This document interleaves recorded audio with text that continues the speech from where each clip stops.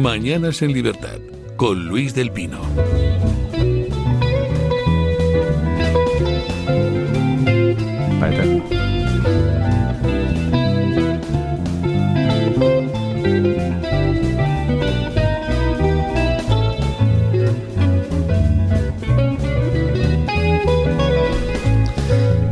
Ocho 29 minutos, casi media, 7:30 en las Islas Canarias. Y es el momento de empezar nuestra tertulia del día. Hoy con don Mario Garcés. ¿Qué tal está usted? ¿Qué tal? Muy buenos días. Un placer estar aquí con Iván y contigo. Y con don Iván Vélez. Muy buenos días. Pues buenos días, el placer es mío como siempre.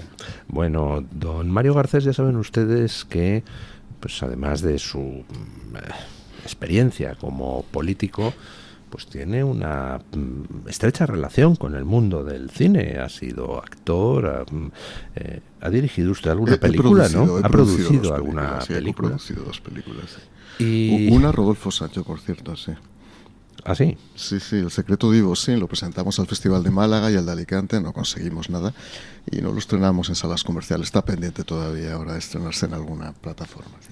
Bueno, reconocerá usted que puestos a hacer una película, lo de la campaña electoral americana tiene un guión, ¿eh? Segundo intento de asesinato contra Donald Trump, afortunadamente fallido.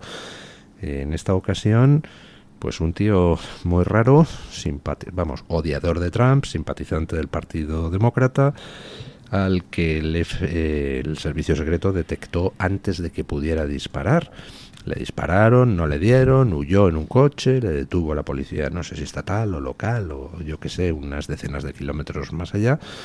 Y además un tío con un perfil rarito, que se dedicaba a poner mensajes en las redes. Si es usted refugiado afgano y quiere ir a Ucrania a luchar contra Putin, como mercenario, contácteme en el teléfono, tal. O sea, típico mensaje que si yo lo pongo mañana en las redes, a los 3 minutos tengo al CNI en mi casa interrogándome por qué narices pongo ese mensaje, ¿no? Sí, mejor no ponerlo. Es una cosa. Entonces, este señor no estaba bajo el radar del servicio secreto americano. No sé, esto es todo extrañísimo. La verdad es que cuando pasan estas cosas en Estados Unidos, uno empieza a pensar que hay una verdadera crisis, no de seguridad, sino ya de integridad mental. Es decir, cuando fueron los atentados del 11 de septiembre, y Estados Unidos se ha convertido a lo largo de las últimas décadas en el paradigma de Occidente, ese paradigma se veía de alguna manera resentido, porque efectivamente era vulnerable, ¿no? Cuando se ve que el presidente, o el candidato en este caso a la presidencia de Estados Unidos, Donald Trump, es por segunda vez objeto de un atentado, evidentemente es que hay una crisis de seguridad. Parece mentira, además, que teniendo en cuenta las condiciones de seguridad, que son absolutamente severas, que son realmente muy tenaces, que se haya producido una reiteración de lo que ocurrió hace unas semanas no deja de ser extraño. Y luego es que vivimos en un mundo efectivamente muy mórbido, en un mundo donde el odiador brota. Es decir, ahora mismo, desgraciadamente, las oportunidades de estar próximos a una persona, no solamente a través de las redes sociales, sino material y físicamente, en un acto, son múltiples. Y entonces el odiador tiene una forma de hacerse manifestar. Y, ojo, no solamente en Estados Unidos hay gente escindida, también en España va a haber gente escindida, alienada, que realmente en un momento determinado de perturbación pues puede cometer un error, ¿no? No es tanto un problema de polarización, que también, esa palabra tan rara que le suele gustar utilizar tanto a la izquierda, sino que es un problema fundamentalmente de crisis de seguridad y crisis de integridad mental, y entonces habría que hacerlo ver, y sobre todo ver qué está pasando en el entorno del candidato a la presidencia de los Estados Unidos, que se producen estos hechos tan próximos a él, ¿no? Uh-huh. Sí, es la segunda vez que ocurre. Es muy extraño porque, claro, con el precedente casi idéntico que tuvimos hace muy poco tiempo, un precedente que según se supo después, pues parece que ese señor se le estaba viendo un rato antes de que disparara. Entonces, claro, esto da pie a muchas interpretaciones, mucha conspiranoia, como se suele decir ahora también, que tiene que ver seguramente con lo que acabas de decir, el hecho de que las redes dan una imagen de proximidad tremenda, ¿no? Y quizá el hecho de que tú le des me gusta o me deja de gustar lo que hace una persona que no conoces, pero que crea una especie de vínculo de cierta familiaridad que te empuja en algunos casos, yo creo, pues a hacer determinados actos, en este caso casi no sería un magnicidio en rigor porque no es el presidente de Estados Unidos, pero bueno, un atentado contra una de las dos alternativas. Además, los dos atentados ha sido contra el mismo. Entonces, claro, esto invita a pensar bastante mal y sobre todo lo que da es la medida de la para no utilizar polarización, que es una palabra que a mí tampoco me gusta, la fragmentación que existe ya en el imperio, porque además estos son crímenes que nos recuerdan casi a la antigua Roma, ¿no?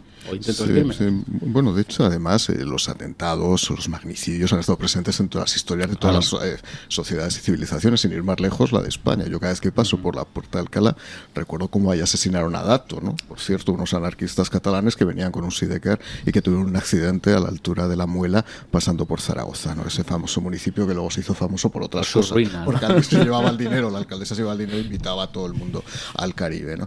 Eso es la realidad, ¿no? Pero Estados Unidos siempre ha tenido una historia plagada también de atentados personales, eso es verdad. Pero la pérdida de intermediación, es decir, la aproximación que se produce de mucha gente que considera que puede entrar en una especie de interlocución directa, también desde el punto de vista letal, con los candidatos que aspiran a ser como ellos, o aspiran a cambiar la historia, o intentan hacer una especie de venganza personal por situaciones realmente que son ininteligibles desde el punto de vista psicopático, ¿no? Pues eso nos está llevando a que pase lo que pase. Insisto que esto no es solo de aquí, ¿eh? Yo estoy convencido de Estados Unidos, que puede pasar en cualquier lugar del mundo, ¿eh? Porque hay mucha gente que piensa, no, esto se concentra, son los clásicos odiadores norteamericanos, es el clásico hombre que entra en un colegio. Esos estados de perturbación también se van a producir pronto en otros países. Yo recuerdo que aquí en España se ha intentado matar a Alejo Vidal Cuadras hace no tanto, y en Aznar, Chequia a Robert Fico, ¿no? Aznar en su momento. Bueno, pero eso fue hace más tiempo. Hace más tiempo. ETA, ya, pero bueno, por darle más profundidad a la línea de atentados, ¿no? Sí. Si vamos un poquito más atrás, aquí se mató, o sea, se asesinó a Carrero Blanco, es decir, que aquí también tenemos ejemplos muy palmarios algo así, pero bueno, es cierto que estos casos aparentemente de individuos aislados quizá respondan más, ¿no?, a eso que estamos analizando, ¿no?, que es muy difícil, por supuesto, dar en el clavo, pero a esa ficción que crean las redes de cierta proximidad y familiaridad con perfiles que están ahí casi al alcance de la mano, ¿no? En este caso casi al alcance del AK-47, ¿verdad? Y luego lo curioso es cómo empiezan las especulaciones inmediatas. Es inevitable. O sea, falta de intermediación y evidentemente este mundo tan envolvente en el que todo el mundo tenemos que tener una conclusión, una inferencia al minuto, si no, no eres nadie. O sea, en este mundo eres alguien en función de si tienes una conclusión sobre algo al minuto que generalmente te viene dada, lo cual es una forma absolutamente acrítica de percibir la realidad, ¿no? Pero ya veréis como aquí alguien dirá, incluso que ya se dijo en el primer intento de atentado, o en el primer atentado, que está todo preparado, que esto forma parte de la escenografía, que se ha convertido esto en una especie de teatro de operaciones para victimizar a la persona que ha podido ser objeto, en este caso, de un asesinato, ¿no? Y hay que tener mucho cuidado con ese tipo de declaraciones, ¿no? Porque efectivamente estamos ante actos de naturaleza absolutamente violenta que pueden llevar aparejado un asesinato, un magnicidio, una naturaleza increíble, pero vamos a ver cómo esto ocurre. Es verdad, tiene razón Iván, el hecho mismo de que por segunda vez en escasas semanas haya habido una crisis de seguridad en el entorno de un candidato que ha sido presidente de los Estados Unidos demuestra que algo está fallando. Y ojo, porque uno de los grandes valores de Estados Unidos siempre ha sido la seguridad. Claro. Tanto la seguridad interior como exterior. Cuando, como decía antes, el paradigma de Occidente en las últimas centurias, o el paradigma de los valores, pierde uno de sus valores fundamentales, que es la seguridad, se resquebraja, la verdad es que se merma bastante lo que es la capacidad, desde luego, de análisis que hacemos los demás sobre ese país. Bueno, yo añadiría, por cerrar un poco la cuestión, si es que hay que cerrarla, también el asalto al Capitolio que se dio hace poco, es decir, que la seguridad hace aguas en muchos flancos, ¿no?, del corazón del imperio, porque no olvidemos que hay que hablar con categorías imperiales, hay que perder el miedo a los términos. Ha puesto un mensaje Benjamín Netanyahu, curioso por los mensajes que encierra. Dice en Twitter Benjamín Netanyahu que él y su mujer están impactados por el segundo intento de asesinato contra el presidente Trump y se sienten satisfechos al oír que este segundo intento también ha fallado. Pero no deberíamos confiar en la suerte, añade. Mandamos nuestros mejores deseos a Donald y a Melania, junto con nuestra esperanza de que se tomen todas las medidas para garantizar que esos ataques mortales contra un candidato de la presidencia de Estados Unidos puedan ser desbaratados con antelación. Está metiendo ahí 2 torpedos, dice, esto de confiar en la suerte para que no tengan éxito los intentos de asesinato contra un expresidente, pues no parece como muy racional, ¿no? Y efectivamente es que van 2 intentos de asesinato. En el primero todavía nadie nos ha explicado cómo es posible que se estableciera un protocolo de seguridad que hiciera que quedara fuera del perímetro de especial protección el tejado de un edificio a 120 metros del escenario y con línea directa, es decir, que se podía disparar contra el presidente. ¿Cómo es posible que eso quedara fuera?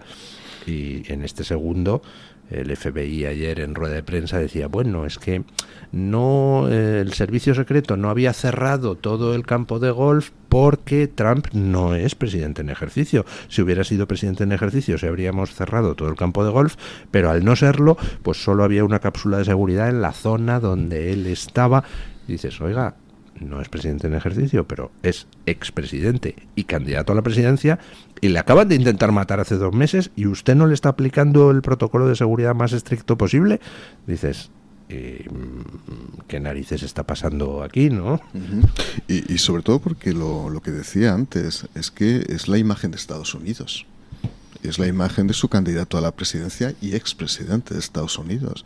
Cuando se produce, como digo, una crisis de seguridad en el entorno, hay una crisis de seguridad que afecta a la reputación del país. O sea, deberían tener mucho cuidado, más allá, evidentemente, de lo que es la propia vida del seguramente próximo presidente de los Estados Unidos y antiguo presidente de los Estados Unidos.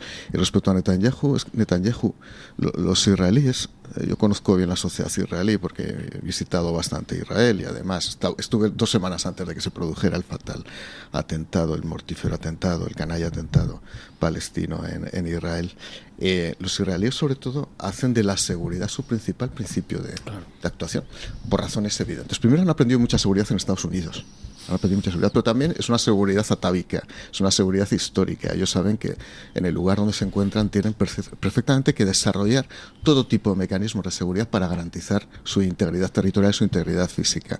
Curioso ver, por ejemplo, en Israel, vas por el litoral, o sea, vas por el paseo marítimo de Tel Aviv y ves cómo corren soldados fuera de servicio, cómo va la gente desarrollando su posibilidad, incluso reservistas, porque saben que en cualquier momento tienen que estar activados para cualquier emergencia, como ha sido el caso hace 1 año, ¿no? Por consiguiente, tiene toda la razón Netanyahu. 2 veces han pasado. Si viene una tercera, el problema tendrá que ser de los servicios de seguridad de Estados Unidos ya. Evidentemente siempre hay un primer culpable en esto y que quede claro que es el asesino, evidentemente.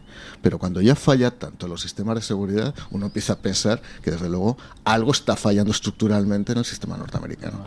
Sin duda, yo creo que la operación Jaula ni que lo hubieran diseñado los mozos de escuadra en este caso, ¿no? Los Secret Service de escuadra. A mí hay una cosa que me llama la atención y es que me supongo que la agenda de Trump no es pública más allá de los actos públicos que tenga. Es decir, ¿cómo sabía este asesino que estaba jugando al golf en ese sitio? No lo sé. Espero que se investiguen las circunstancias y que nos digan cómo se hizo con esa información. A lo mejor era pública, no lo sé, pero me llama la atención. Bueno, aprovechando que tenemos aquí a don Mario Garcés, que conoce bien el paño, pues me gustaría que habláramos un poquito de su tierra, de Aragón, y de la rebelión que hay en estos momentos de la Federación Aragonesa contra Ferraz y de la estructura local de Huesca contra la Federación de Aragón, siguiendo las órdenes de Ferraz, ¿no? ¿Está estallando el PSOE por los aires en Aragón? Bueno, yo he sido, como sabe mucha gente, diputado por Huesca, por lo tanto conozco bien no solo el paño, sino el rebaño, ¿no? Por cierto, estuve en su tierra el otro día, ¿verdad? En Binéfar. Qué gran sitio. Qué bonita lugar, zona. Qué gran lugar y además con una gran producción. Un sitio muy rico, sí, realmente en muchos sentidos, ¿no? Vamos, el socialismo aragonés es uno de los socialismos históricos del socialismo español. por muchas razones, ¿no? Primero porque conformó, y sobre todo el socialismo alto aragonés, el de Huesca, porque conformó presidentes, desde Marcelino Iglesias hasta parte de lo que ha sido el establishment y ha sido el aparatis del Partido Socialista en Huesca. La relación Aragón-Cataluña siempre ha sido una relación compleja, muy compleja desde el punto de vista sociológico, para que lo entiendan todas las personas que no viven ahí.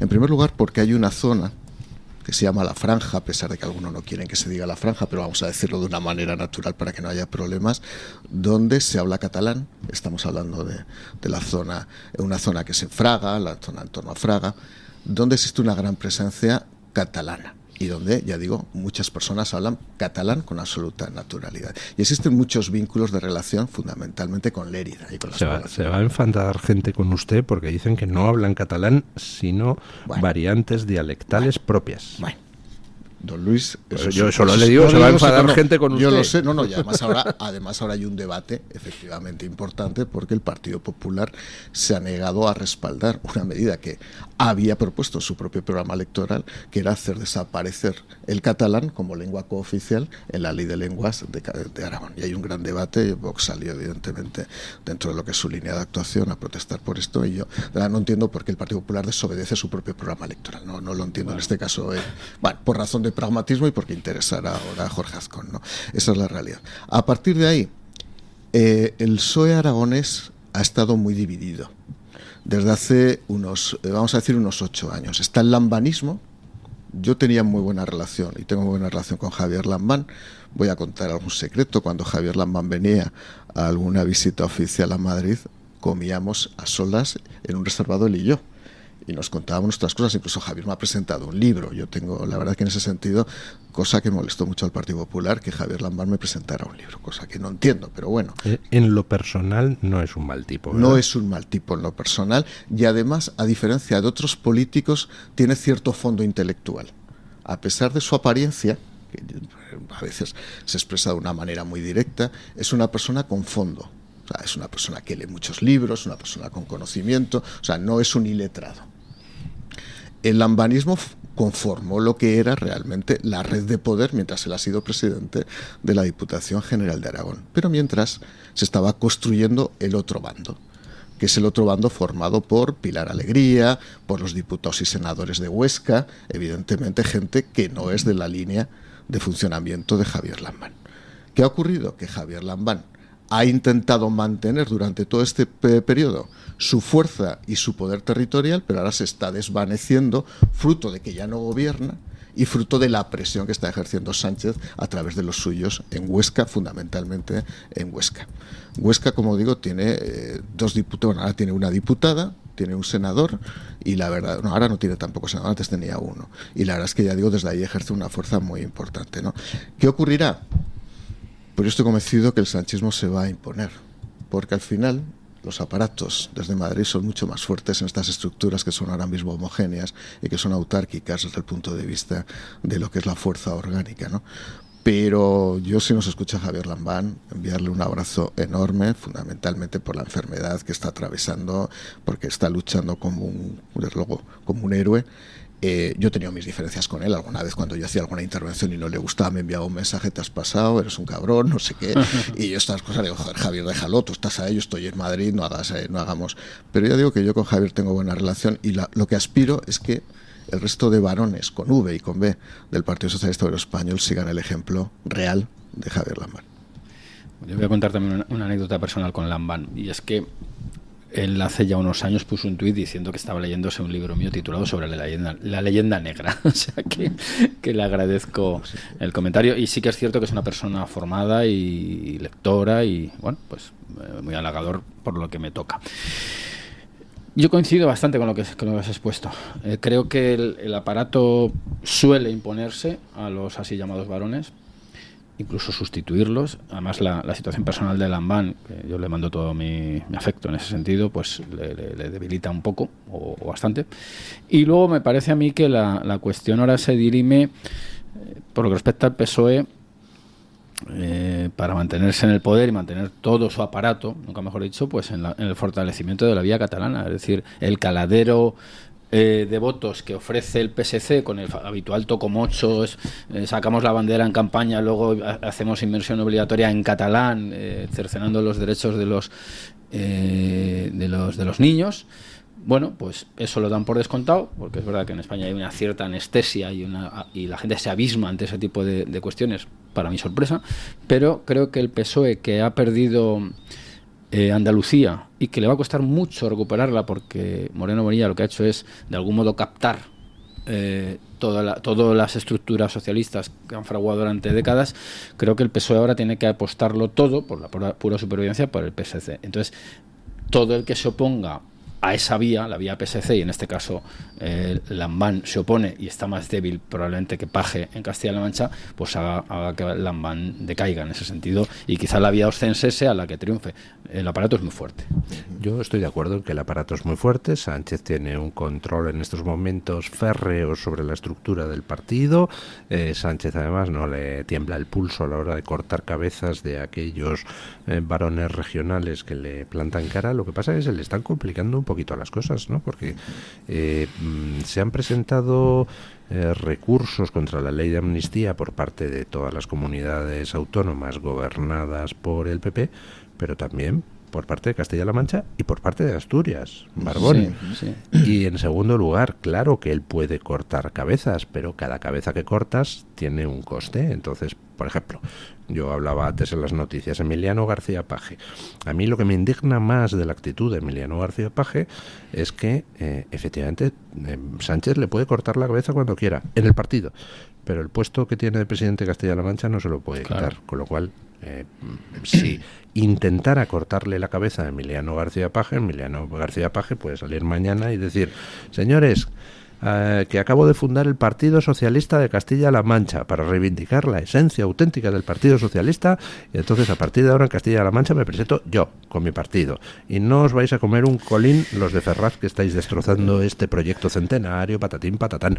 Y ante eso, ¿qué puede hacer Sánchez? Nada, o sea, y sería para él un desastre, con lo cual, por parte de los aspirantes a que les corten la cabeza, también hay una cierta fuerza que se puede ejercer. La tiene, pero yo creo que hay más... hay más fuerza en Castilla-La Mancha que en Aragón, probablemente, me parece a mí. Yo es que creo que hay dos situaciones diferentes. Aquellos que mantienen su estatus de presidente de comunidad autónoma, es el caso de Barbón y García Paje. Barbón y García Paje no van a renunciar, evidentemente, a ser presidentes de las comunidades autónomas respectivas. Es más, incluso unas elecciones anticipadas en ambos territorios, sobre todo en Castilla-La Mancha, llevaría probablemente a que perdiera ahora mismo la presidencia de Castilla-La Mancha, y juegan a ese comportamiento bifronte de decir una cosa por la mañana y luego actuar como si no pasara nada por la tarde. Esa hipocresía, que es una hipocresía absoluta, que es una forma de entender el poder pesebrista: yo no me voy a pesar de que estoy en contra radicalmente de mi presidente nacional, y además que adopta medidas que son manifiestamente contrarias al interés de los asturianos o los castellano-manchegos. Eso realmente debería penalizarles. Lo que pasa que luego a veces no penaliza, ¿no? Y luego está el caso Lambán. Recordemos que Lambán ya no es presidente. Una cosa que me sorprendió es que aceptara el puesto de senador. Me sorprendió mucho, porque además aceptó el puesto de ir en listas como senador, o no sé si fue designado directamente. Yo creo que es de designación directa. Fue ¿no? designado precisamente el día después de que hubiera lanzado una diatriba contra Sánchez, que vamos, que a mí me aterrorizó. Digo, este hombre ya ha tomado ya la decisión de ser cabal, por fin, a capa y espada, pero aceptó el puesto de senador después. Con lo cual, al final, aquí hay un pesebrismo que es constante y es permanente, ¿no? No lo sé. Y a partir de ahí, pues mira, Iván, es curioso la forma de entender la política. Es verdad que en la política están los que son nombrados y forman parte del redil del que gana, que esos son siempre gente que te arrastra voto, que arrastra capacidad de influencia, y está el asesinado, el excluido, el preterido, el que ya no está, ¿no? La capacidad que puede tener el preterido de alguna manera romper la dinámica de atracción de voto del partido acaba siendo muy limitada con el tiempo. Es decir, puede haber durante unas semanas una resistencia activa, pero con el paso del tiempo la gente al final se va buscando la vía de comer. Salvo si tienes un puesto institucional ya asegurado, en cuyo caso el preterido puede dar una lata inmensa. Totalmente. Ahora, no sé, yo conozco bien, decía Iván una cosa que es muy interesante, para que la gente entienda cómo se reparten los diputados en Aragón. En Aragón en Huesca hay 3 diputados, 2 son del Partido Popular ahora y 1 del Partido Socialista. En Teruel hay 3 diputados, 2 son ahora del Partido Popular y 1 del Partido Socialista. En la legislatura en la que yo estuve estaba Teruel existe, con lo cual estaba PSOE, PP y Teruel existe. Y en Zaragoza está más repartido todo. Zaragoza el PP tuvo un resultado muy malo, a pesar de que dijeron que había sido el mejor resultado, solo tuvieron 3 diputados. No me extraña con las listas que hicieron, pero es así. ¿Qué es lo que pasa? Que eso, como bien decías, Iván, es un granero muy limitador desde el punto de vista del sumatorio. El sumatorio importante para Sánchez es Illa, es el Partido Socialista de Cataluña. Entonces él es capaz de ahora mismo, en este momento de la historia, en este minuto y hora del partido, de renunciar a Aragón con tal de sumar apoyos en Cataluña. Él ya buscará la vía, con el paso del tiempo, de intentar recuperar parte del voto en Aragón. Lo que pasa es que eso es muy difícil. Eso es muy difícil, porque el trabajo de erosión, o sea, cómo se está erosionando Sánchez y cómo está afectando en términos de desigualdad a los territorios, está provocando, desde luego, que esté perdiendo una cantidad de voto ingente. Pues varias cosas por ir completando este esbozo, ¿no? Que es casi una aventura, porque con Sánchez pues cualquier cosa, ¿no? Un personaje amoral completamente y que carece de escrúpulos con respecto a la idea de contradicción, ¿no? O quizá ni la conozca, ¿no? Vamos a ver, yo creo que Sánchez lo que está haciendo es ser muy consciente de los vasos comunicantes que hay en la aritmética nacional. Entonces, ¿qué ofrece Aragón? Pues mucho menos que una Cataluña. Y Cataluña es el gran caballo de batalla ahora mismo de Sánchez, cuyo aparataje mediático es tan potente que hace creer a muchos de sus feligreses pues que se ha obtenido una paz casi perpetua, ¿no? Y lo que se ha perpetuado es los postulados que se tumbaron en el famoso Estatuto de Cataluña hace ya unos años. Incluso se ha ido mucho más lejos, ¿no? Entonces, yo creo que esa es un poco la ecuación que hace. Y luego, por otro lado, hay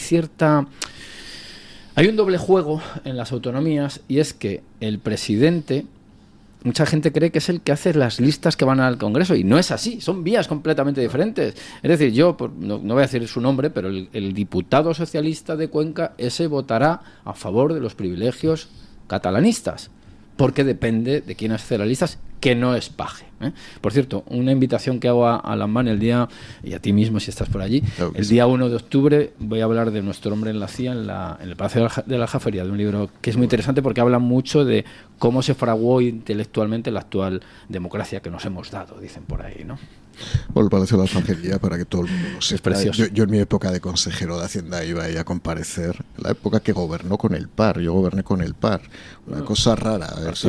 Partido curioso. Un partido muy curioso, ahora mutado a aragoneses, una cosa rara, aragoneses, PAR, un partido que está presente y que es capaz de gobernar con uno y con otro. Pero ¿es un partido o es una agencia de colocación? Es una agencia, parcialmente es una agencia de colocación. Ellos piensan que son otra cosa. Yo voy a contar una anécdota. Se autoperciben como partido. La autopercepción partidista. Yo recuerdo, me nombran consejero de Hacienda con pocos años, 30 y tantos años, y era presidente de las Cortes de Aragón, un personaje que fue mítico en la política aragonesa, que era José Ángel Biel, que era el presidente del Partido Aragonés Regionalista, ¿no? Y a las 3 semanas me llama a su despacho. Yo ya, por mis intervenciones, que eran muy vehementes, me había hecho ya bastante famoso, y la verdad es que me llama al despacho y me dice, a ver, siéntate. Yo me senté en el sofá de su despacho y me dice, tú eres muy inteligente, pero eres tonto en política. Y digo, pues bueno. Gracias, hombre. Gracias por la sinceridad. Buen inicio de conversación. A la cara directamente. Digo, bueno, gracias. Y dice, tú de política no sabes absolutamente nada. Y como no sabes absolutamente nada, tú no hagas caso de los tuyos, tú me haces caso a mí y cada vez que te llame haces lo que yo te diga. Evidentemente no fue así. Pero era la forma que tenía de entender alguno la política como una forma patrimonialista, privatista. Sí. Y ya te digo, el aragonés... ¿Era una forma elegante de decir, tú hazme caso a mí que tendrás la vida resuelta? ¿O? Sí, y que no te atacaremos, no te preocupes que no habrá ataques. Además, en Aragón la política es muy complicada, porque, bueno, como en otros territorios, pero yo que la he vivido especialmente, la verdad es que hay demasiados enfrentamientos. Y por el hecho del peso tan fuerte que tiene también Zaragoza, eso distorsiona mucho la realidad aragonesa. Aragón es pues ese foco grandísimo que es Zaragoza, un foco mucho más pequeño que es Huesca, y luego Teruel, al que le tengo mucho cariño, entre otras cosas, por el acierto que ha supuesto el aeropuerto. La verdad de aquellas infraestructuras que todo el mundo dijimos, bueno, que disparate, que hay una en cada provincia, en cada ciudad, oye, se han especializado en reparar aviones, aquello es un súper negocio. ¿En reparar aviones? Sí. De mantenimiento de aviones, es una maravilla ese sitio. Es de las cosas que dices, qué bien, porque hay otros, Ciudad Real, otros sitios, se han hecho aeropuertos que no funcionan ni la mitad, y ese está lleno siempre. Bueno, yo voy a contar una cosa, yo en esto siempre he sido crítico y autocrítico. Me dirán, estoy convencido que más de un aragonés va a empezar a protestar ahora, pero yo lo voy a decir, no tengo problema. Aragón tiene 3 aeropuertos: Zaragoza, Huesca y Teruel, efectivamente destinado fundamentalmente a la reparación. El de Huesca en su momento se destinó más a la formación de pilotos porque no tenía demasiada actividad. Y tenemos AVE que llega a Huesca capital. Cuando hay una autovía que va de Zaragoza a Huesca, que tardas excelente, es la 23, 35 minutos. Menos, yo me encargué de licitar todo eso y que llegara efectivamente hasta Jaca, que era lo que me interesaba. Yo soy de Jaca y tenía que llegar hasta el Pirineo. Sí, yo dejé licitada toda la 21 y la 23, cosa que no me agradecerá nunca el Partido Popular todo lo que hice en aquella época, pero bueno, da absolutamente igual. Entonces, a mí siempre me llamaba la atención el exceso de infraestructuras. Y dirán, pero ¿cómo estás diciendo esto? Si queremos más. Pues este es un ejemplo claro donde, por ejemplo, no sé por qué tenía que haber un aeropuerto en Huesca. Y lo digo claramente. Pues este es un aeropuerto a 35 minutos, en una autovía magnífica. ¿Por qué? Yo me acuerdo que cuando llegué al Ministerio de Fomento, dejé la Consejería de Hacienda y me fui de subsecretario al Ministerio de Fomento, una de las primeras decisiones que tomé fue cerrar parcialmente el aeropuerto de Huesca. La que se lió. Digo, pero es que aquí o introducimos racionalidad con valentía, o Joaquín Costa se vuelve a levantar de la tumba y dice, ¿qué está pasando? O sea, todo mi regeneracionismo hidráulico convertido ahora mismo en obras de infraestructura por todos los lados, ¿no? Y por acabar, y por enviar un abrazo enorme a toda la gente de Teruel. Ha sido realmente gravísimo que se haya comparado el cupo catalán con la financiación de Teruel. Teruel lo que tiene es un fondo específico que se llama el FITE, el Fondo de Inversiones de Teruel, donde la comunidad autónoma aporta 30 millones y el Estado aporta 30 millones más, es decir, 60 millones, comparado con los 3.000 millones al año, entre aportación adicional que se va a quedar Cataluña y la condonación de la deuda por el Fondo de Liquidez Autonómica, me parece que es un verdadero insulto. Cataluña lo que pretende es aspirar a una financiación por razón reivindicativa nacionalista y Teruel por razón de despoblación. O sea, por favor, no insulten a los turolenses y a los aragoneses. Yo rompo una lanza por mi patria chica, que es Cuenca, que también se comparó a Cuenca. De hombre, por favor, que estamos completamente...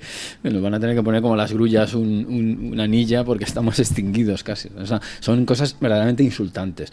Pero es verdad que luego los representantes de esas provincias, y yo no digo que miren solamente por la provincia, no es la forma elegante ni correcta de ser diputado, pues tampoco hacen nada por ello, están pues en esas mayorías y ya está. Y por cierto, yo también coincido en el exceso de infraestructuras, no sabría decir cuáles, pero por ejemplo, universidades no puedes tener una en la puerta de tu casa, porque además va en contra incluso de la idea de universidad.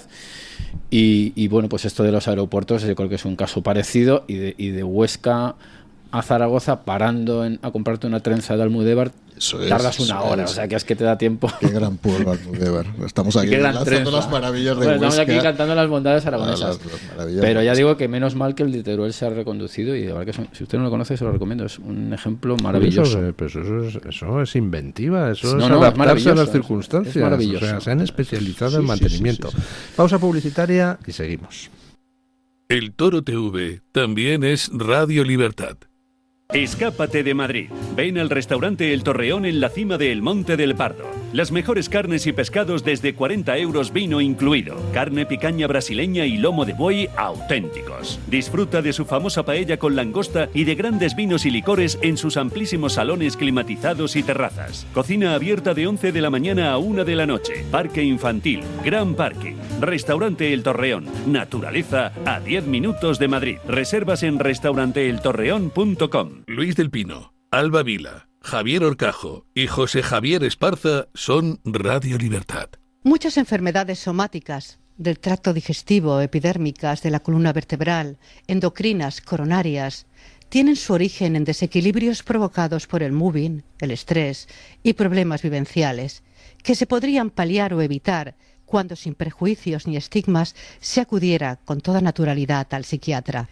Es un consejo del Hospital Psiquiátrico San Francisco de Asís y la Comunidad Terapéutica San Antonio, de Málaga. Comienza tus mañanas en libertad. Radio Libertad. La doctora Iradier, especialista del Instituto de Microcirugía Ocular, IMO, Grupo Miranza, ofrece en Madrid un nuevo tratamiento para el rejuvenecimiento de la mirada. La tecnología de láser CO2 elimina la flacidez del párpado, las patas de gallo, así como manchas y venitas. Rejuvenezca su aspecto con láser CO2 con resultados naturales que la doctora Iradier aplica protegiendo siempre su salud ocular. Doctora Iradier en IMO, Grupo Miranza. Teléfono 910-783-783. Calle Valle de Pinares Llanos 3, Mirasierra, Madrid.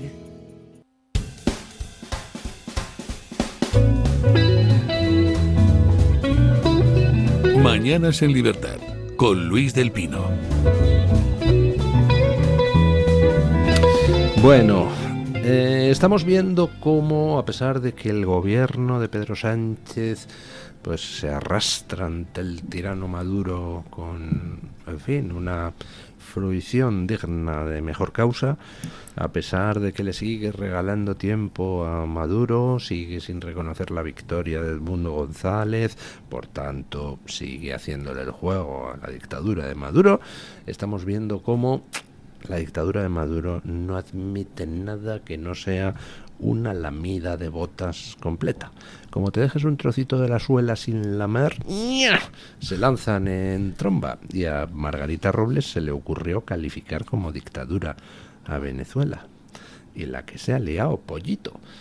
Resulta que no solo amenazaron uno de los hermanos Rodríguez con ruptura de relaciones comerciales y diplomáticas, sino que además pues insultaron de nuevo a España, a los españoles, al gobierno español, y ahora han cogido y han secuestrado a 2 españoles que estaban allí en Venezuela en viaje turístico, y dicen que es que les han detenido porque planeaban, primero dijeron porque planeaban atentar contra una alcaldesa chavista, ahora ya no, ahora planeaban atentar contra Maduro, contra Delcy Rodríguez, contra Diosdado Cabello y contra más altos cargos del régimen. Para que le quede claro a Pedro Sánchez que ni se te ocurra dejar que uno solo de tus ministros se vaya de la MUI, ¿no? Fíjese, don Luis, que en Estados Unidos no detienen a los presuntos o no dejan que atenten, puedan atentar, y en Estados Unidos están las detenciones preventivas. En Venezuela. En Venezuela sí. Están las detenciones preventivas. No se sabe qué va a ocurrir, no se sabe si son de la Leti Bilbao, que están ahí de vacaciones, porque eran bilbaínos, me parece, pero la verdad es que los detienen, ¿no? Es lo lógico en un régimen autocrático, en un régimen dictatorial. Efectivamente, Margarita Robles por una vez tiene razón, y es que es una dictadura. Y las dictaduras lo que hacen es no ceder en ningún momento y evidentemente mantener una posición de hegemonía de tal manera que no se mueve nadie, pero no se mueve nadie ni interna ni externamente. O sea, Maduro hizo algo inteligente para él, y es convocar esas elecciones fraudulentas antes del mes de agosto, sabiendo lo que es la galvana europea, pues sabía que si pasaba el tiempo habría una especie de enquistamiento de la situación, él ganaba tiempo, se disipaba un poquito lo que era la presión política. Está muy bien, evidentemente, el otro día en el Congreso de los Diputados estuvo muy bien la votación. No se ha reconocido a Edmundo como presidente electo de Venezuela, se ha instado al gobierno a que lo reconozca, que son 2 cosas muy diferentes, lo digo por los titulares, entre otras cosas porque las Cortes Generales no pueden aprobar un reconocimiento de quién es el presidente de un país, pero desde luego estuvo muy bien, en todo caso, las intervenciones tanto del Partido Popular como de Vox en la defensa de sus posiciones. En este sentido hay que reconocerlo. Pero no se va a mover nadie, evidentemente que no se va a mover nadie. Maduro cualquier disidencia interna la va a castigar. Por cierto, incluso con paramilitares que están llegando de otros países. Hablábamos antes fuera de micrófono de Cuba, comentan que hay varios vuelos que van de Cuba a Venezuela y son precisamente parte de los comandos paramilitares que están apoyando al ejército de Maduro en el momento en que hay que actuar. Hay desapariciones, hay presos políticos y la disidencia. Bueno, ahora el presidente electo, por mí es electo, Edmundo, está aquí en Madrid, en Little Caracas, seguramente el barrio Salamanca, se ha quedado Machado, y a Machado hay que apoyarla por todos los medios posibles. Pasará algo. Yo estoy convencido que Maduro, en un momento determinado, si las cosas se ponen muy mal, hará un movimiento de detención de gente de lo que ha sido la oposición, y espero que en ese momento ya lo ha hecho. Lo lleva haciendo, ¿no? Va Sí, deteniendo a gente de la segunda y tercera fila del partido de María Corina. Como esto vaya más, llegará a la primera línea. Pues no tiene ningún problema para llegar a la primera línea. Entonces ahí es donde la comunidad internacional debería realmente actuar. Yo en este sentido, y acabo, soy absolutamente vehemente y activista. A mí cada vez que alguien dice soy activista me pone muy nervioso, porque no sé lo que es ser activista. Yo debo ser pasivista entonces, pero yo soy activista del derecho internacional y de la fuerza. Es decir, a mí me parece increíble que a estas alturas, en el siglo XXI, en una situación en la que de manera deliberada, consciente y alevosa, un régimen se ha convertido en un régimen dictatorial, donde hay desapariciones y presos políticos, estemos mirando todos a otro lado desde el punto de vista de la intervención, empezando por Estados Unidos, por cierto. Estados Unidos tendrá algún interés para no intervenir. O sea que a mí el CNI, si no está muy pendiente en Estados Unidos, pues estuviera pendiente en Venezuela para poder actuar de una manera realmente contundente, yo estaría de acuerdo. ¿Qué es lo que hacía la izquierda, por cierto, a principios del siglo XX? Cada vez que la izquierda que sentía que había un régimen dictatorial, un régimen autocrático, donde había que intervenir en el mundo, ahí que se iban, de voluntarios, de reservistas o incluso interviniendo. Ahora mismo no interviene absolutamente nadie, dejamos a su libre decadencia a un país tan maravilloso como es Venezuela. Bueno, yo voy a reiterar mis posiciones expresadas aquí hace un tiempo. Yo dije que el tiempo corría a favor de Maduro, y desde luego lamento haber tenido la razón, pero tampoco era un comentario tan profundo, era bastante previsible, ¿no? El tiempo ha corrido a favor, y voy a citar a otro aragonés, Santiago Userón, cuando hablaba del silencio ensordecedor, ¿no?, de Zapatero, por ejemplo. Entonces, la detención de estos dos españoles da sustancia para muchísimas interpretaciones, muchísimas, ¿eh? Es decir, voy sin filtro, que se dice ahora, ¿no? Sí, sí. Y por supuesto no tengo datos, pero una interpretación. Dos españoles que podrían desestabilizar, que ya es mucho suponer, pero vamos, suponiendo eso, ¿no?, de alguna manera colocan a una España de manera un poco hostil hacia el régimen, pero esa misma España es la que ha acogido en una especie de jaula de oro al que teóricamente ha ganado las elecciones. Que veamos el puzzle rompecabezas en el cual hay ganancia para ambos lados, porque si esos señores se asume... Le permite a Sánchez posturear que es enemigo de la dictadura ahí venezolana. Voy. Justo eso es lo que estoy insinuando. Es decir, de algún modo España está haciendo lo que puede. Incluso hay españoles que se habrían lanzado a hacer más de lo que se puede. Se acoge a este señor al cual se dice: tú quietecito, no hagas manifestaciones hasta que te demos los papeles adecuados. Es una ganancia tanto del PSOE como del régimen, con el elemento ZP por allí pululando, trabajando por la paz con muchas zetas y el diálogo, que son los mantras habituales del PSOE. Entonces yo creo que son circunstancias, ignoro los resortes internos, como es lógico y normal, porque no tengo esa información, pero por lo menos el resultado es presentable para ambos. Sí, el movimiento de Alfil de traer a Edmundo a España ha roto el frente. Claro. El frente que había de los demócratas españoles. Lo siento que el Partido Socialista no estaba en ese frente hasta ahora, ¿no? Fue realmente delirante que no aprobara el Partido Socialista la proposición no de ley presentada por el Partido Popular, precisamente porque nos hacía una mención honorífica cum laude a Rodríguez Zapatero. Es una cosa realmente bochornosa. Esa práctica que existe en el parlamentarismo español y que yo he vivido, de intentar colocar morcillas en las proposiciones de los demás para ponerles en una situación más o menos endiablada, pero es que en este caso era absurdo. O sea, el reconocimiento a Zapatero es que es absurdo, completamente absurdo. Ahora bien, es que la ruptura del frente le ha venido bien a Sánchez desde el primer minuto. O sea, teníamos a la hija de Edmundo en la tribuna de invitados del Congreso de los Diputados, medio llorando y aplaudiendo a los dos representantes de Vox y del Partido Popular y de Vox. Al día siguiente estaba abrazándose a Pedro Sánchez en los jardines de la Moncloa. Claro, ya dices, bueno, yo ya no sé exactamente dónde están los sentimientos. Los sentimientos están encontrados, con quién estás, si tienes las ideas claras, en dónde estamos, estás con un frente o realmente estás agradeciendo de una manera sincera ese movimiento de Alfil. pero desde luego ha sido un movimiento inteligente, de momento, por parte del Partido Socialista Español. Es decir, romper lo que ha sido el frente que hasta ahora había en España y que, ya digo, solamente por la galvana de agosto, que es un mes inhábil para la política española, porque todo el mundo estaba de vacaciones subiéndose fotos, pues la verdad es que pues se ha podido romper ese frente que había en julio antes de que ocurriera. Sí.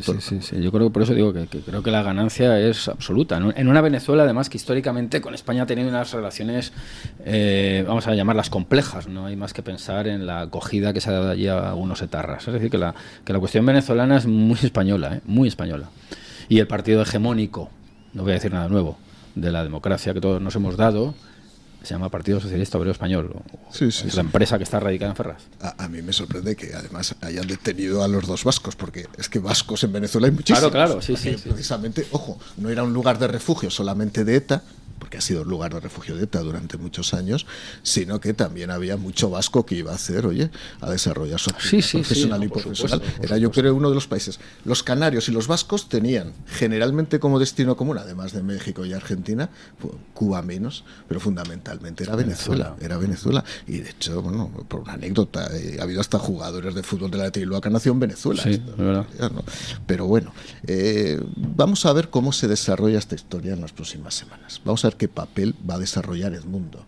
Si es simplemente un jubilado que se dedica a tomar café en una cafetería en el barrio Salamanca, dejando pasar el tiempo y haciéndose fotos con quien le pide una foto, o realmente se va a tener que significar. Cuidado, porque ya ha habido un ejemplo previo, donde los venezolanos no les ha quedado claro qué papel se jugó. A mí lo que me preocupa ¿Se refiere usted a Guaidó? Exactamente. Claro, a mí me preocupa el desencanto que puede surgir con proyectos fallidos. Eso es muy, muy dañino. Bueno, por lo pronto, María Corina Machado sigue al pie del cañón. De momento no la han detenido. Ha convocado para el 28 de septiembre nuevas movilizaciones en Venezuela y en todo el mundo, y yo creo que con lo de Edmundo González pues saldremos de dudas en breve, ¿no? Por lo pronto el Parlamento Europeo tiene que discutir una proposición un poco en la línea de la del Congreso Español para reconocer a Edmundo González como, bueno, para instar al reconocimiento de Edmundo González como presidente electo de Venezuela. Lo suyo sería que Edmundo González, que ya es aquí un hombre libre, pues se acercara a la sede del Parlamento Europeo y estuviera presente durante ese debate, ¿no? Eso sería lo lógico, Insisto, si al final Edmundo González se convierte exclusivamente en una especie de jubilado, ya digo, tomando el café en una terraza del barrio Salamanca, como conozco también, aparte de la oposición venezolana, que no está unificada en Madrid, que está muy dividida, pues ahí puede haber tensiones internas. Creo que Edmundo tiene una posición. ¿Usted qué intuye? Porque Edmundo González, no olvidemos que es de formación diplomática, él era embajador. Ya sabe usted que en el mundo de la diplomacia una cosa es lo que se dice y otra cosa es lo que realmente pasa. Tú puedes tener la peor de las relaciones del mundo con un dirigente y sin embargo externamente decir, uy, qué tío tan majo, nos hemos reunido y hemos tomado ahí los dos un poco de té verde con menta y nos hemos caído realmente bien, y luego realmente se han estado insultando en el interior de la sala, ¿no? Entonces el hecho de que Edmundo González pues agradezca a Sánchez todo esto, se deje fotografiar con Sánchez y tal, tampoco necesariamente me dicen nada, porque tampoco sería muy diplomático que cogiera y llegara a España diciendo, Sánchez, canalla, verás tú cómo no reconozcas que yo he vencido. Es decir, ahí hay todo un juego de apariencias que quizá... Sin duda, yo estoy de acuerdo, don Luis. Hay dos aspectos en él que caracterizan a Edmundo. Una, su edad, es una persona mayor, y dos, su formación diplomática. Por lo tanto, y además es un diplomático avezado que yo creo que medirá sus movimientos. Yo creo que es importante hacerlos efectivos. Y los coordinará, supongo, con María Corina. Deben ser coordinados, ¿no? Aquí hay dos líneas de actuación que no sé cómo se van a desarrollar. Una es la del propio Edmundo y otra la del Partido Socialista Obrero Español. Pues el Partido Socialista es capaz de ir moviéndose en función de cómo se va moviendo la situación, porque van a ver si es una situación de conveniencia, van arrimándose directamente, y las visitas de Edmundo González a la Moncloa son frecuentes o no. Eso ya iremos viendo cómo se va desarrollando, ¿no? Pero lo que sí es cierto que a fecha de hoy el movimiento de Alfil no le ha venido mal al Partido Socialista, que es una hipocresía absoluta, que es absolutamente grosero, que es nefando, pero realmente no le ha venido mal, porque ha roto, insisto, el frente. Pero ya digo que por edad y por formación, yo creo que va a medir muchísimo los movimientos que haga a partir de ahora Edmundo González. Por edad, por formación, y seguimos sin saber exactamente en qué situación se encuentra la otra hija de Edmundo González, que vive en Venezuela con sus dos nietos, ¿no? Determinante, claro. Bueno, vamos a ver qué narices es lo que pasa. Ayer se produjo un nuevo intento de asalto masivo a la valla de Ceuta. No sé, debe de ser el 19º o 20º intento en los últimos años. Esta vez parece que la gendarmería marroquí colaboró un poco en el asunto. Llegó a hacer disparos al aire para evitar la entrada masiva. Aún así, la Guardia Civil tuvo que emplearse a fondo. Yo lo decía en el comentario a las noticias. Yo, si estuviera ahí muerto de hambre en un pueblo marroquí, tengo una edad más o menos adecuada y a mí me llegan los mensajes de si te logras colar en Ceuta, tienes la vida resuelta para los restos. Digo, a ver, pues 500 que intenten entrar, entran 5, bueno, pues tengo una entre 100 posibilidades de que me toque la lotería, pues adelante, pongo los faroles, ¿no? Yo creo en el movimiento migratorio, que yo viví especialmente siendo secretario de Estado de Servicios Sociales, hay dos tipos de personas. Están aquellos que ven Ceuta, Melilla, la península y en general toda Europa como una especie de dorado, y yo haría lo que usted dice, don Luis. Yo, si fuera la madre de los jugadores de fútbol, estos de los Williams de la de Bilbao, yo también habría cogido y me habría ido embarazada a recorrer para que mi hijo tuviera un futuro mejor. Pero si es que eso nadie lo duda, si esto no es una división entre buenistas y malistas, si el sentido protohumanitario lo tenemos todos. Es que parece que solo tiene la izquierda, es que eso no es verdad. Y luego hay otro grupo de gente, que son los que funcionan a través de tramas delictivas y que son tramas delictivas per se. O sea, ahí hay mucha gente que viene exclusivamente a delinquir a España. Eso es verdad. Hay otros que no. Hay otros que vienen a buscarse la vida y les va bien, les va mal, y a veces porque quedan apartados, porque no llegan a metabolizarse socialmente, evidentemente se dedican también a la delincuencia porque tienen que buscarse alguna forma de vida, ¿no? Esa es la realidad. Por eso, lo decía el sábado en esta misma empresa, ¿no?, en Intereconomía, en el Toro TV, participé en el debate del sábado por la noche y estaba Rubén Pulido. Rubén Pulido anunció que el domingo, el día siguiente, se iba a producir esto. La pregunta es, si realmente un periodista especializado con la formación que tiene Rubén, que lleva mucho tiempo en esto ya, y además con pruebas de todo lo que está ocurriendo, sabe lo que está ocurriendo, ¿cómo no lo va a saber la gendarmería marroquí? ¿O cómo no lo va a saber la policía o el CNI español? Por lo tanto, si un periodista lo anuncia y efectivamente se produce la situación al día siguiente, es que es algo que se puede percibir directamente a través de las redes sociales. ¿Por qué actúa Marruecos en este caso? Pues habría que preguntarse por qué. Porque la actuación de Marruecos siempre es ambivalente. Es decir, ¿por qué esta vez utilizó medios disuasorios para impedir que se saltara la valla? Pues a lo mejor porque se conocía que esto iba a ocurrir y como había tanta presencia mediática, oye, vamos aquí a simular que esto lo controlamos.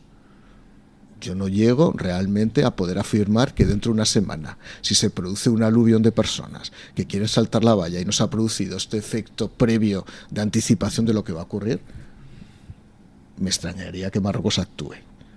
Yo creo que esto ha sido un poco impostura, porque evidentemente eso es permeable. Y digo algo más. Porque me preocupa un tema sobre lo que escribía el otro día en un medio de comunicación. España es un país sin fronteras. Estos son españoles sin fronteras. Es decir, cuando un país no tiene fronteras, es un estado fallido. Un prófugo de la justicia española pasa por las fronteras del Pirineo catalán y no pasa absolutamente nada. Personas que vienen del Sahel y del Magreb pasan a Ceuta y Melilla como irregulares y aparentemente no pasa absolutamente nada. Los estados-nación, desde una visión tradicionalista, una visión liberal, y cada uno puede tener la visión que quiera, nacieron fundamentalmente para aunar los intereses de una comunidad política, que es la nación, por eso era un Estado-nación, y garantizar que hubiera unas fronteras para garantizar el orden exterior y el orden interior. Si en España no se garantiza En este caso ya digo porque ha habido una actuación preventiva muy curiosa por parte de la policía marroquí. Si no se garantizan las fronteras, es que empieza a haber ya rasgos de Estado fallido en este país. Vamos a ver, yo es que conozco mucho a Rubén Pulido, hemos sido compañeros y él lo anunció hace días. O sea, esto era algo ya sabido. Entonces, claro, la actuación, como que bien dices, de Marruecos es ambigua, lo impido, pero un poquito, no mucho. La terminología que se utiliza por parte de los periodistas afectos al gobierno español siempre también es ambigua. Saturación de fronteras se llegó a decir en su momento, me acuerdo, una cosa verdaderamente casi de un laboratorio químico, ¿no? Y lo que está claro es que Ceuta y Melilla son objetivos expansionistas de Marruecos, que es una nación expansionista, además con ciertos mitos que operan como justificación. Y de algún modo es una especie de llave de paso que se abre y se cierra a conveniencia y que desde luego si ha habido cierta obstaculización a esta invasión anunciada tendrá su contrapartida. Por cierto, no me resisto a invitar a nuestros oyentes el día 20 en el Centro Documental José Luis Cano de Algeciras a un observatorio de la Nación que organiza la Fundación de Naes, titulado, viene muy al caso, Narcotráfico e inmigración ilegal en el área del Estrecho de Gibraltar, de la inacción gubernamental a la injerencia marroquí. Yo creo que ahí se van a desvelar algunas claves. Pero vamos, por adelantar mi opinión, lo que se está produciendo tanto en Ceuta como en Melilla es una marroquinización programada y el factor clásico español, por decirlo de una forma muy neutra, va desapareciendo. Y entonces cuando esa sociedad se comporte del mismo modo que se comportan en al otro lado de la valla, los estímulos para los españoles, digamos, históricos, van a ser cada vez menores y puede caer como fruta madura. Señores, un programa de noticias, ¿qué es? Pues una acumulación casi siempre de noticias malas, ¿verdad? Sí. Estamos continuamente hablando de lo mal que están las cosas. En Estados Unidos intentan asesinar al presidente, asaltos en la valla, el Partido Socialista que se resquebraja. Bueno, eso es una buena noticia. No, pero ahora tenemos una última hora excelente. Dimite con carácter inmediato el comisario Thierry Breton en Bruselas, el que amenazó a Elon Musk.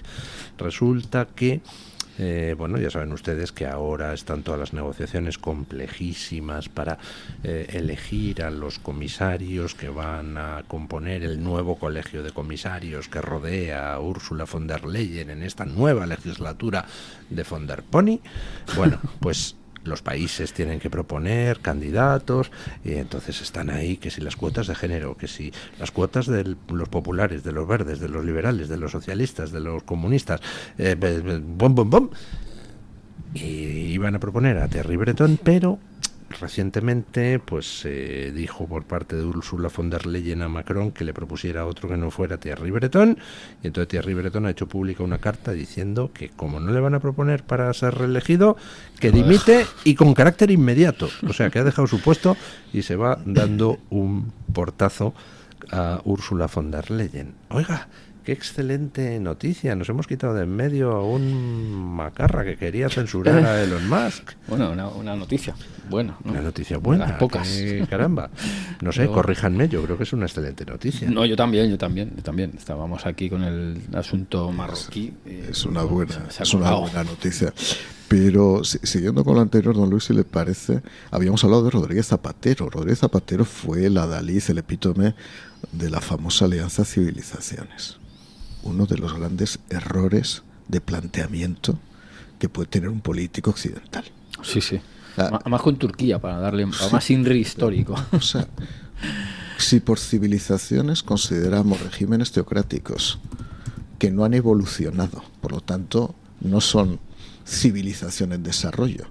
Es el caso, por ejemplo, de Mauritania, ¿no? O sea, yo es que lo de Mauritania todavía me hace gracia la visita a Mauritania y las declaraciones que hizo en Mauritania Pedro Sánchez. Pero considerar que las civilizaciones pueden estar en igualdad de condiciones supone negar dos cosas, tanto para los tradicionalistas como para los liberales, que a veces estamos enfrentados, tradicionalistas o conservadores, con los liberales. Para los liberales, negar la conciencia de igualdad y de libertad que surge en el siglo XVIII.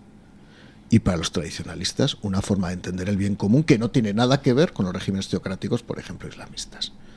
Esta es la realidad. ¿Qué ocurre?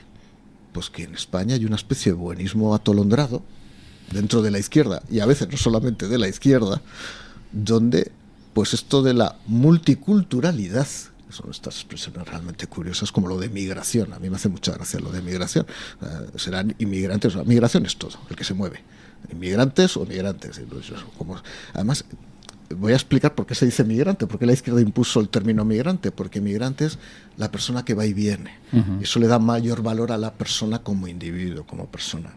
Bueno, un inmigrante sigue siendo una persona que viene y un emigrante es una persona que sigue siendo una persona que se va, pero había que personificar de una manera humanitaria a los movimientos, ¿no? Pues precisamente cuando decía Iván que se está produciendo un proceso de islamización, el Islam históricamente ha presionado por dos vías a la hora de intentar cambiar las culturas occidentales. Una, la presión ad limen, que es la presión en frontera, y eso lo hace constantemente. O sea, lo que vimos ayer domingo era efectivamente un espasmo diciendo, no, que aquí controlo las fronteras, y ya no es que por el otro lado pasarán, no os preocupéis que aquí no hay ningún problema. Y dos, el crecimiento civilizatorio ya dentro de la sociedad por la vía de la reproducción. Sin duda. Esta es la realidad. Datos, para que la gente lo pueda entender. En el año 1978 podía haber en España en torno a 1.000 marroquíes. Hoy, según el dato del Instituto Nacional de Estadística, hay 1.100.000. Evidentemente, ya hablo solo de marroquíes. Bueno, si el marroquí viene aquí a integrarse, yo no tengo ningún problema a aceptar los valores constitucionales como valores liberales o a entender que hay una forma de ver la vida basada en otro tipo de principios humanistas y cristianos, pues yo no tengo ningún problema, pero el problema es que no es el caso. Bueno, hablando de eso, hablábamos antes de Aragón, Binéfar y tal. Binéfar es en estos momentos el pueblo de Aragón con menos paro. Es un pueblo rico. Sí. ¿Por qué? Porque tiene una industria cárnica extraordinaria con dos enormes mataderos, uno tradicional que era Frivín y otro nuevo que han abierto unos italianos. Matan tantos cerdos al día, 36.000, que es allí en la lonja de Binéfar, que es una ciudad de solo 10.000 habitantes, donde se fija el precio del cerdo a nivel nacional. Es una cosa curiosísima. Y hay 60 nacionalidades en el pueblo. Y evidentemente toda esa avalancha migratoria, pues hombre, está generando algunas disfunciones culturales y está generando algún incremento de inseguridad, pero poca cosa comparado con lo que pasa en otros sitios. ¿Por qué? Porque llegan con trabajo, o sea, vienen a trabajar al matadero, muchos de ellos, o a la industria que hay alrededor en el pueblo. Por tanto, pues no hay problema. Y te encuentras 60 nacionalidades en el pueblo y a lo mejor pues hay alguna mujer vestida, en fin, de manera un tanto opresiva, con sus sayones y demás, pero luego te encuentras a gente de todas las razas y culturas, chicas pues vestidas como cualquier chica de edad joven, es decir, con ganas de sentirse atractiva y por supuesto sin ninguna gana de que nadie les venga a imponer nada, ¿no? Por supuesto. A ver, yo conozco marroquíes, mujeres que no llevan velo, que hacen una vida absolutamente normal, que salen a restaurantes y a clubes por la noche, que disfrutan de su vida y que de alguna manera han entendido que el modo de vida occidental es un modo que garantiza la libertad y la igualdad, y esa es la realidad, o lo quieren entender, bajo resistencias familiares muy fuertes, en general bajo resistencias familiares muy fuertes. Ahora hay otros casos que me parecen denigrantes. La hermana yo te creo, no sé si funciona también con la mujer que lleva burka. Es decir, hermana, yo te creo que lleves el burka voluntariamente. No llevas el burka voluntariamente. Ninguna mujer llevaría un burka voluntariamente. Pero ahí, mujer, yo te creo, hermana, yo te creo, que es lo que hace la izquierda. Dice, no, es que vosotros lleváis el velo integral y lleváis el burka porque lo habéis aceptado voluntariamente, ¿no? Y es una hipocresía absoluta. Es verdad que te vendrán esas mujeres aquí, se sentarán aquí, no te mirarán a los ojos, porque te han prohibido mirarte a los ojos, y dirán mirando al suelo, yo llevo esta ropa porque quiero llevarla voluntariamente. Ya estoy harto. El Corán, ojo, y el Antiguo Testamento decía que la mujer tenía que estar tapada. La diferencia es que el catolicismo evolucionó y evidentemente eso, pasados los siglos, ya no tenía ningún valor, y el Corán, que se interpreta como se interpreta, mantiene todavía ese dogma. Pero hasta la caída del Shah en Irán, es decir, hasta el ascenso del chiismo, pues oiga, estaba evolucionando Sí, el mundo sí. islámico o sea, tú te vas a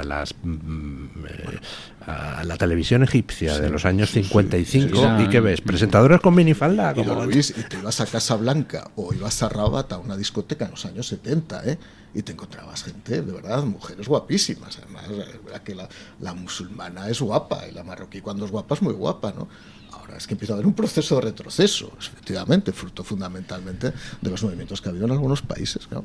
Bueno, yo creo que, volviendo un poco a un tema anterior, el de la Alianza de Civilizaciones, yo creo que es de una ingenuidad tal que se dio de bruces con la realidad cuando se intentaron impulsar las primaveras árabes.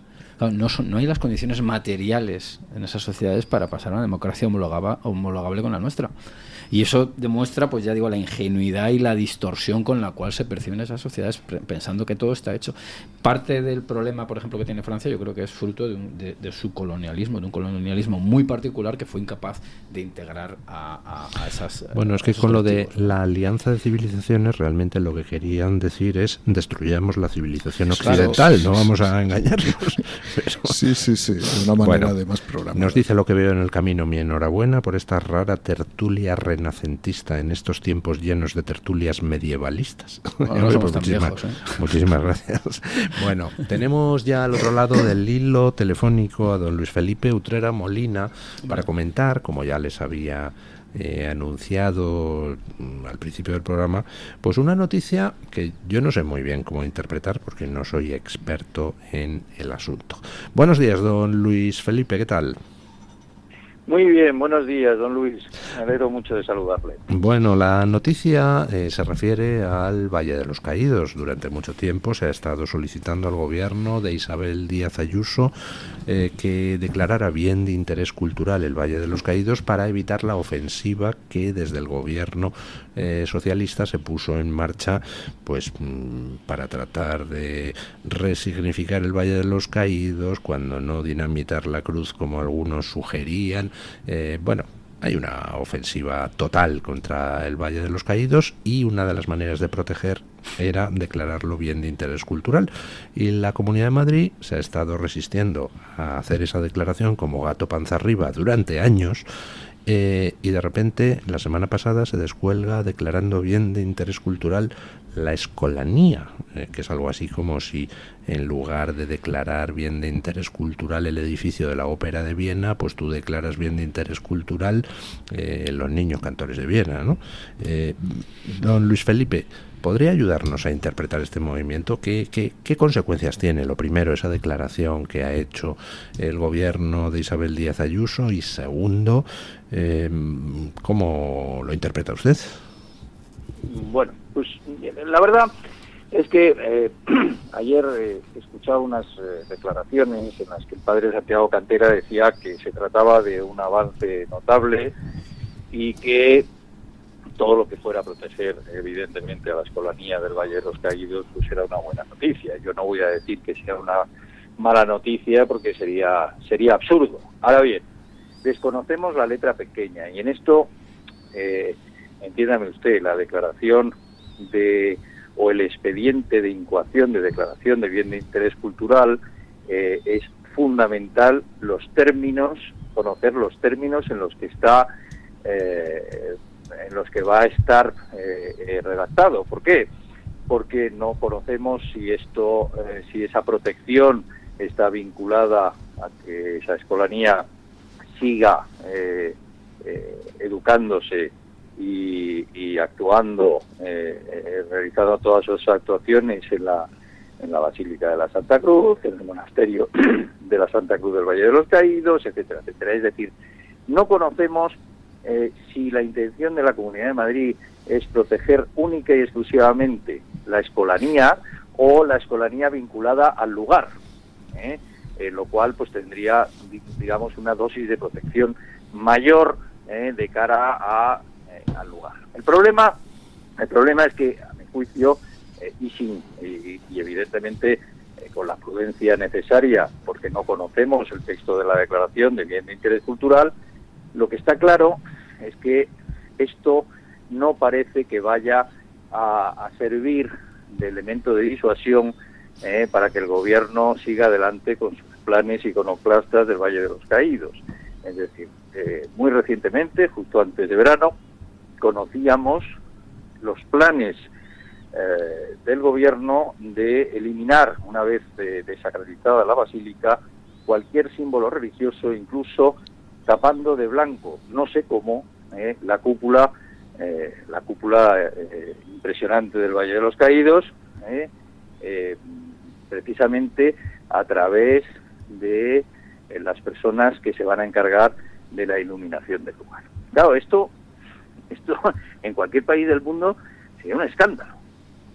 Pero estos son los planes que parece tener el gobierno para el Valle de los Caídos. Claro, esos planes pasan bien porque la Comunidad de Madrid no proteja el lugar y bien porque la Iglesia pues no alegue el principio de inviolabilidad de los lugares sagrados. Ahora bien, y ya me espero a lo que me vaya a preguntar. Vale. Vamos a ver, don Luis Felipe. Entonces, sí, bueno, no sabemos exactamente qué es lo que dice el expediente. Cuando haga la Comunidad de Madrid públicos los detalles de cómo se declara bien de interés cultural la Escolanía, pues podremos juzgar.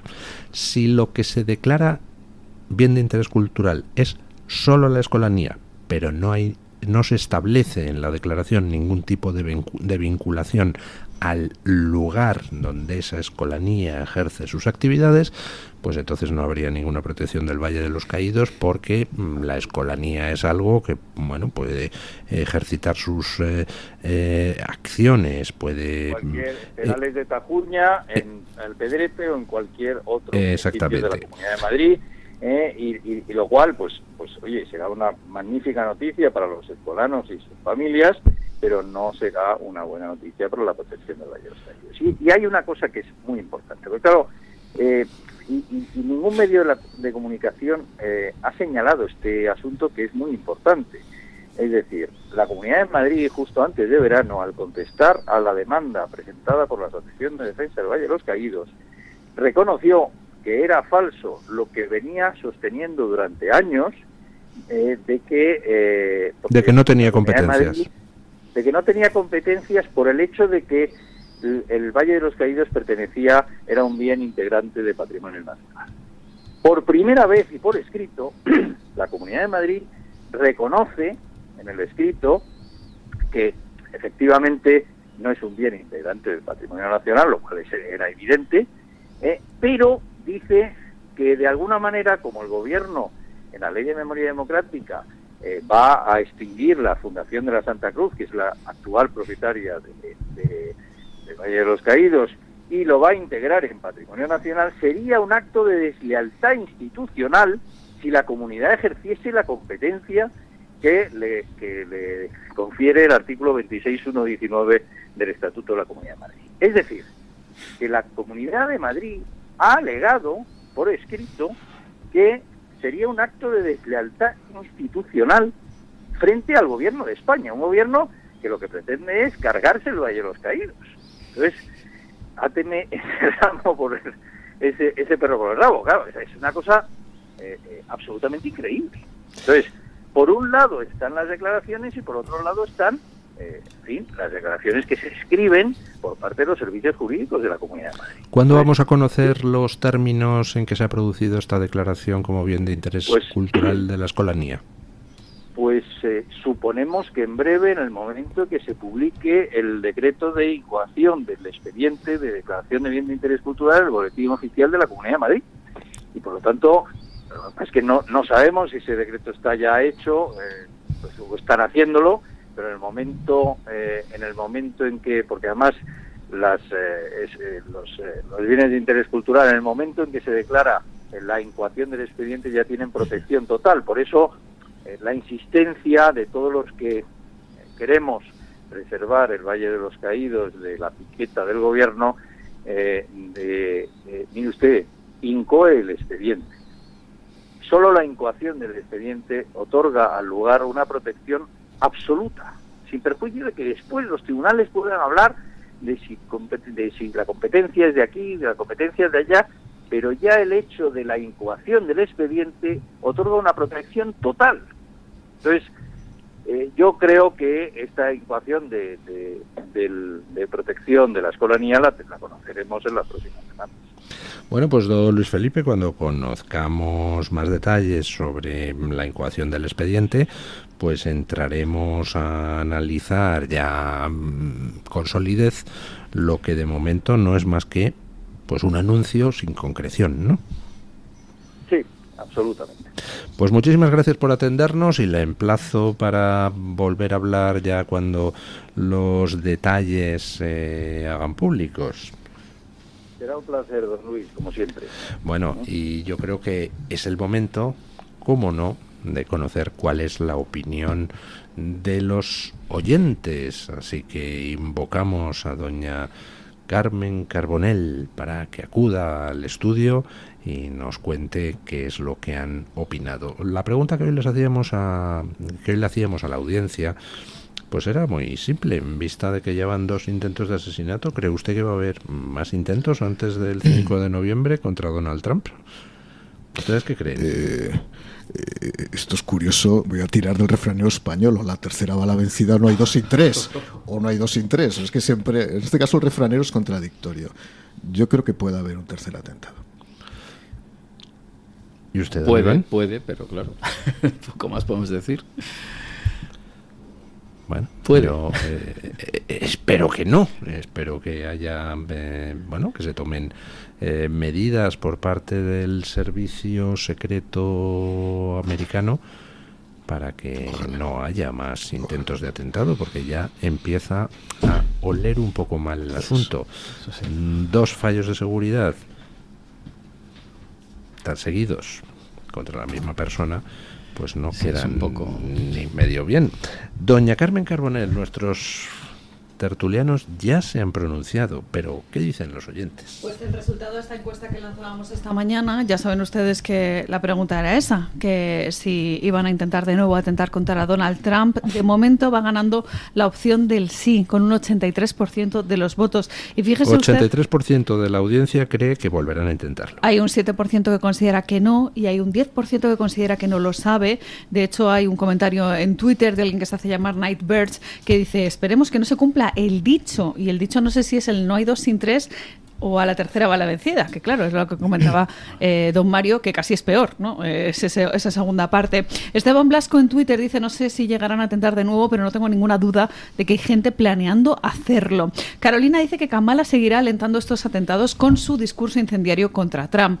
Critica esta pregunta que hacemos, alguien que se hace llamar Muchos Pocos en Twitter, dice que es una pregunta de mal gusto, don Luis. ¿Por qué? No lo he entendido muy bien, porque es una pregunta de mal gusto. Yo creo que en estos momentos pues hay mucha gente mosqueada, yo mismo. O sea, ¿qué narices pasa? 2 intentos de asesinato de Donald Trump.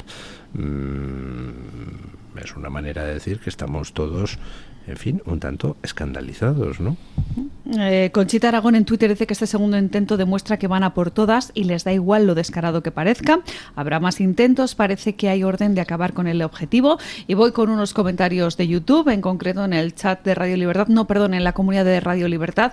Ricardo Clares 1632 dice que el progresismo necesita callar la disidencia. Con el beneplácito de los medios de comunicación señalan que se lo merece Trump. Y Concepción Marichal 1972 dice que es un político que para muchos es incómodo. Bueno, pues en fin, esperemos a ver acontecimientos, pero aquí hay cosas que son noticia. Por ejemplo, alguien, no sabemos quién, pinta una cosa que dice Coleta Rata en una carretera que no sabemos dónde estaba ni a qué distancia de donde estaba pasando sus vacaciones Pablo Iglesias, y eso es portada durante semanas en un montón de sitios. Aquí se intenta asesinar a Donald Trump una vez y al cabo de 48 horas había desaparecido de las noticias.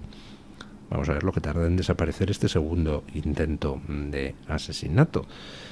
Como otra cosa que me llama mucho la atención, cómo se ha ignorado y ninguneado. Resulta que la humanidad vuelve a alcanzar una altura de 14.000 kilómetros sobre la superficie de la Tierra con el cohete que ha lanzado Elon Musk. Además, es el primer paseo espacial protagonizado por una empresa privada oiga, parece que no hubiera existido si uno analiza la prensa progre del mundo, porque como lo ha hecho Elon Musk, entonces hay que dejarlo a un lado. Es una cosa espectacular. No me extraña que la gente se informe cada vez más por redes sociales, ¿no? Claro. Don Mario Garcés, le agradezco mucho que haya estado aquí con nosotros. Gracias. Me tiene que contar más detalladamente, pero ya en privado, de qué iba esa película que todavía no han podido estrenar en salas comerciales. Hice 2 películas con Rodolfo Sancho, ya explicaré. Incluso mis conversaciones cuando pasó lo de su hijo. Don Iván Vélez, muchísimas gracias. Repita dónde va a estar usted, en qué palacio va a estar usted hablando de su libro Nuestro hombre en la CIA. El día 1 de octubre en el Palacio de la Aljafería, Zaragoza. El que quiera ir, pues invitado queda. Bueno, y ya que estamos, yo también me hago propaganda. El sábado 21 de octubre a las 7 de la tarde, pues estaré presentando el libro Yo el difamado en Málaga, para aquellos oyentes malagueños o de las proximidades que quieran acercarse por allí. Bueno, pues hasta aquí hemos llegado con la tertulia de hoy. No se vayan porque todavía el programa continúa. Muchísimas gracias a los dos.